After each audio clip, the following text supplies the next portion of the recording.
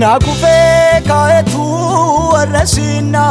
batem tolake odessa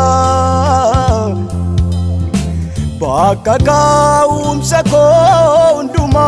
yaadadeni dukanicha keessa Nama daagatametu si yaadatame tolake dubbata Kana beekum keessa namummaa koo akkam siin daagata Waa'een jaalala kee boqonnaa nan laatu keessa koo na raasa Sittofin waakkadhu wal jedhee gajjeleeniin galataan nan galaasa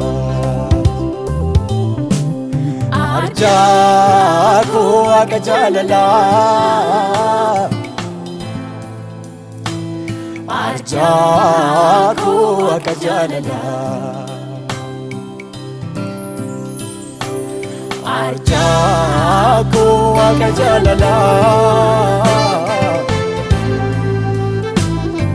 Jiraachuu danda'u manis filala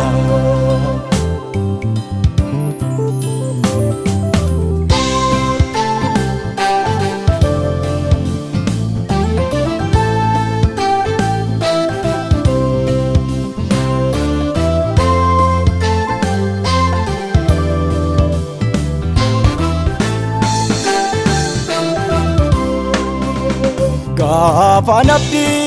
kutee homaa tokko dhabee faalli koo fagaatee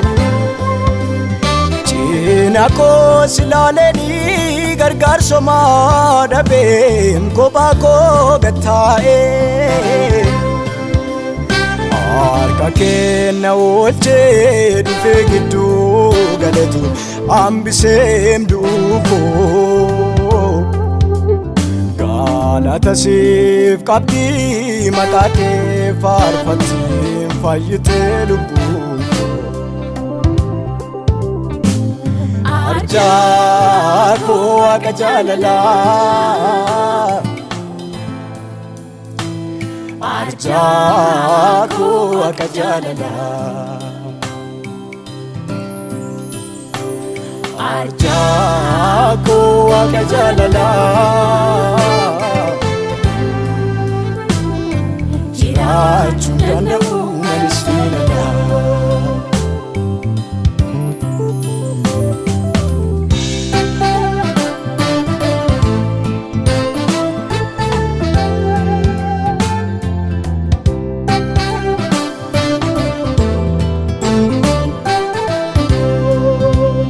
Oolmaa kee tiriiree dudubbatam keessa koo guutee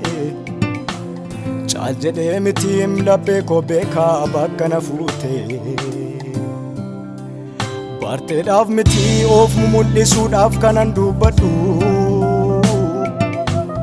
Ati naaf addaa abbaa oolmaa koo Yesuus ulfaadhu Mi'a keen argee ani dhaamnamee hundumaa caalaa Situ nattafee ani na dhimnaa natti jaalala Silaa badeera umtuunan beekuum gara koo dhufee Ati dubbannaan ofii beekee dukkanni koo Ulfaadhu ulfaadhu ulfaadhu baako Ulfaadhu ulfaadhu ulfaadhu Yesuus koo Ulfaadhu ulfaadhu ulfaadhu baako Yookutee sirrates garaa kee guutuu dhalagaman